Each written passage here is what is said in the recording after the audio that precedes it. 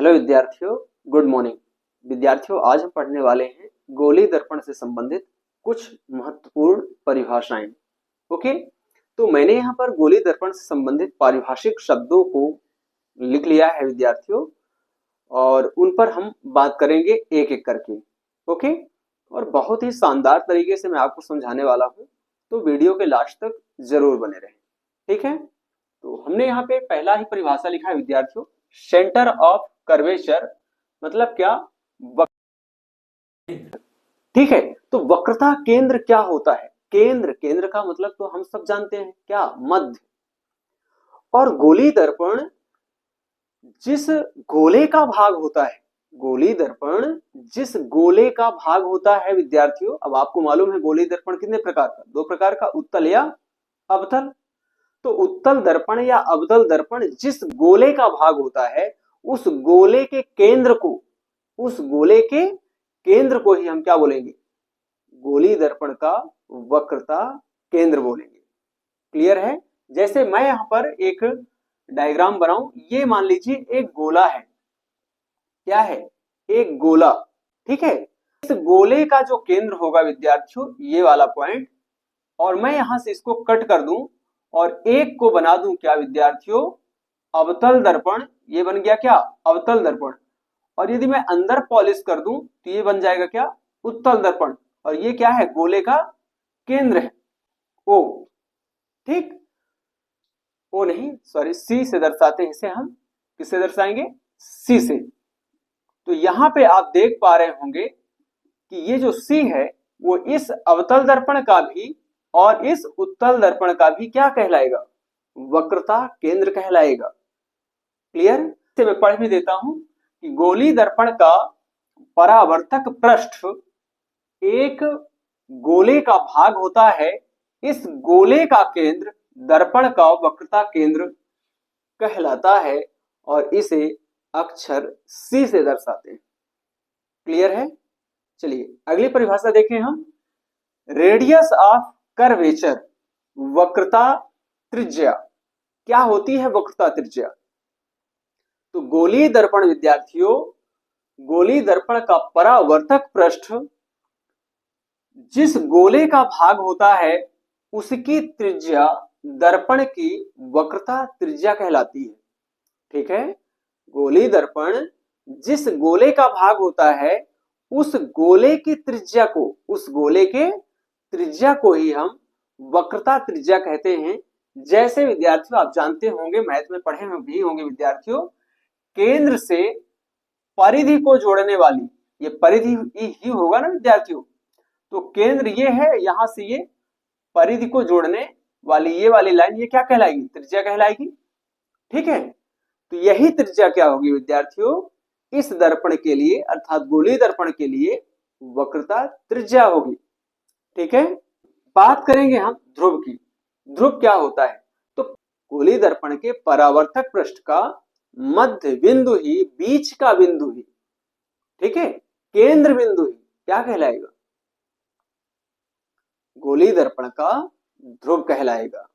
Okay, जैसे हम बात करें यहां पर विद्यार्थियों, ये मैंने बना लिया अवतल दर्पण। ठीक है, इस तरह से इसका ये वाला अंदर वाला भाग क्या करेगा? परावर्तक पृष्ठ का काम करेगा। तो इसके परावर्तक पृष्ठ का ये वाला भाग, मध्य भाग, ठीक है, ये पॉइंट, बीच का पॉइंट, यही क्या कहलाएगा? दर्पण का ध्रुव कहलाएगा। क्लियर है? तो गोली दर्पण का ध्रुव क्या होगा? परावर्तक पृष्ठ का मध्य बिंदु ही गोली दर्पण का ध्रुव कहलाएगा। क्लियर है? इसे अंग्रेजी में पोल कहते हैं विद्यार्थियों। मुख्य अक्ष क्या है? इसे हम मेन एक्सिस भी कहेंगे, प्रिंसिपल एक्सिस भी कहेंगे। तो बहुत ही सिंपल सी परिभाषा है इसकी विद्यार्थियों। वक्रता केंद्र और इसको, ध्रुव को जोड़ने वाली एक काल्पनिक रेखा खींची जाती है विद्यार्थियों, उसे ही क्या बोलते हैं हम?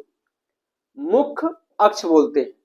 ठीक है, जैसे हम बात करें यहाँ पे, इस प्रकार से एक दर्पण बना लें और इसका ये वाला भाग क्या है? P है, और इसका ये वाला भाग C है, केंद्र है ना। तो केंद्र और ध्रुव से गुजरने वाली इस तरह से काल्पनिक रेखा ही क्या कहलाएगी विद्यार्थियों? इस तरह से हम आगे इसको बढ़ा सकते हैं। तो केंद्र और ध्रुव से गुजरने वाली काल्पनिक रेखा क्या कहलाती है विद्यार्थियों? मुख्य अक्ष कहलाती है, प्रिंसिपल एक्सिस कहलाती है। सरल शब्दों में आप क्या बताएंगे? वक्रता केंद्र और ध्रुव को जोड़ने वाली काल्पनिक रेखा को ही मुख्य अक्ष कहते हैं। ठीक है, चलिए यहां तक की बातें आशा करता हूं आपको समझ में जरूर आएगा। और यदि आपको यहां तक की चीजें समझ में आ गई विद्यार्थियों तो मुझे कमेंट करके जरूर बताएं। ठीक है, इसे आप अपनी कॉपी में नोट कर लें विद्यार्थियों।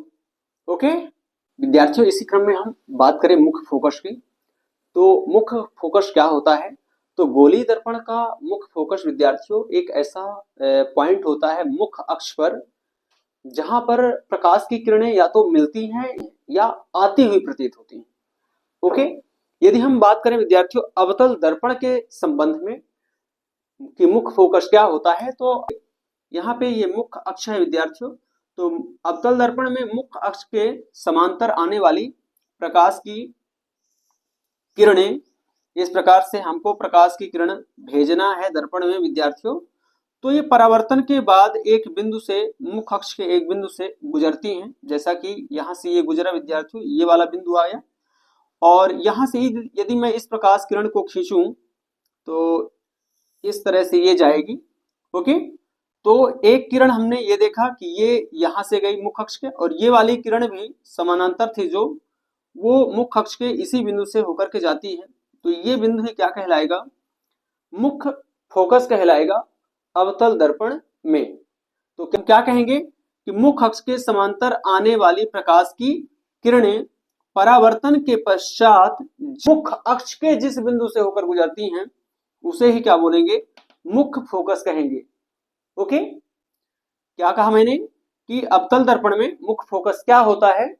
तो मुख्य अक्ष के समांतर आने वाली प्रकाश की किरणें दर्पण से परावर्तन के पश्चात मुख्य अक्ष के जिस बिंदु से होकर के गुजरती हैं उसे ही अवतल दर्पण का मुख्य फोकस कहते हैं।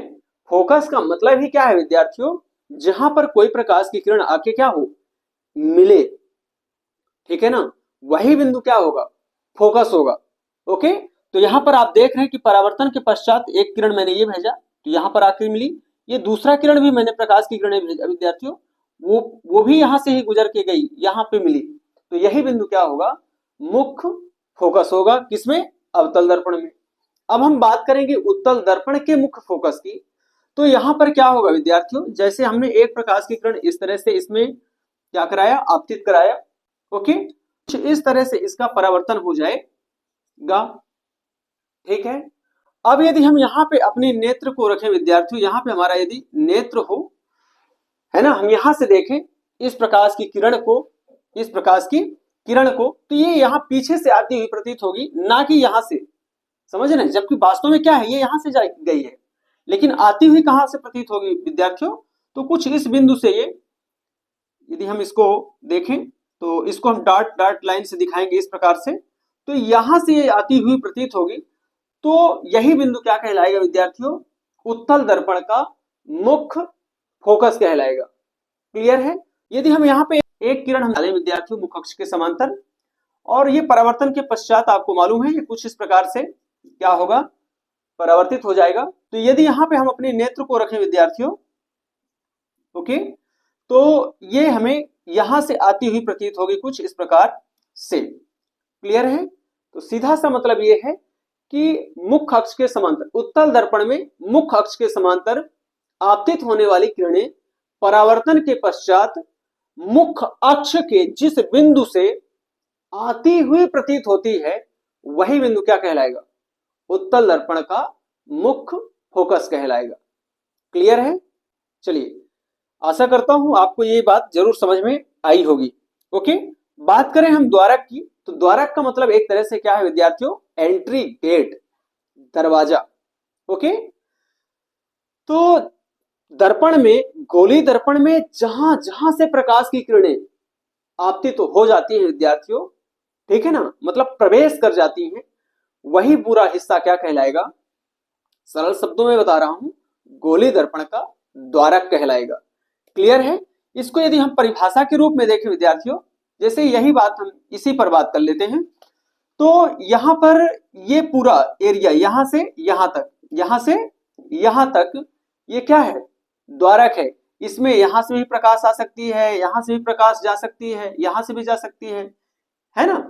तो इसे परिभाषा के रूप में क्या लिखा है मैंने कि गोली दर्पण के परावर्तक पृष्ठ का की वृत्ताकार सीमा रेखा, वृत्ताकार सीमा रेखा का व्यास, वृत्ताकार सीमा रेखा का व्यास ही क्या होगा विद्यार्थियों? गोली दर्पण का द्वारक होगा। जैसे हम बात कर ले यहाँ पे इस संबंध में, अवतल दर्पण के संबंध में, ओके, तो यहां से यहां तक ये वाला हिस्सा, अब यहां से प्रकाश जा सकती है, यहां से भी जा सकती है, यहां से भी एंट्री कर सकती है, यहां से भी, है ना? ऐसे भी जा सकती है। तो ये पूरा क्या कहलाएगा विद्यार्थियों?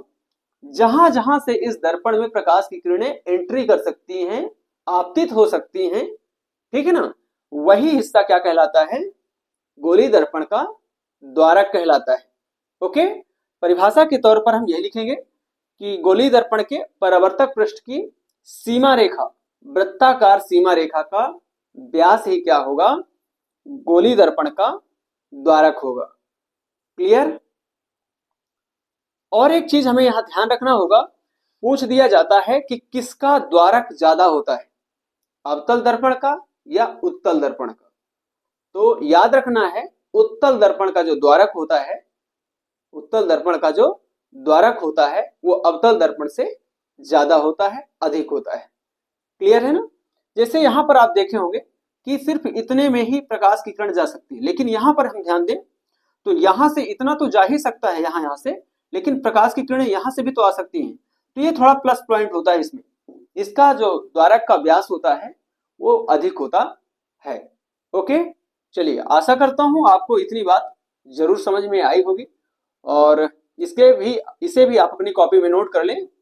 ओके, यदि आपको क्लास समझ में आए विद्यार्थियों तो वीडियो को लाइक जरूर करें और अपने सभी साथियों तक इसे जरूर पहुंचाएं।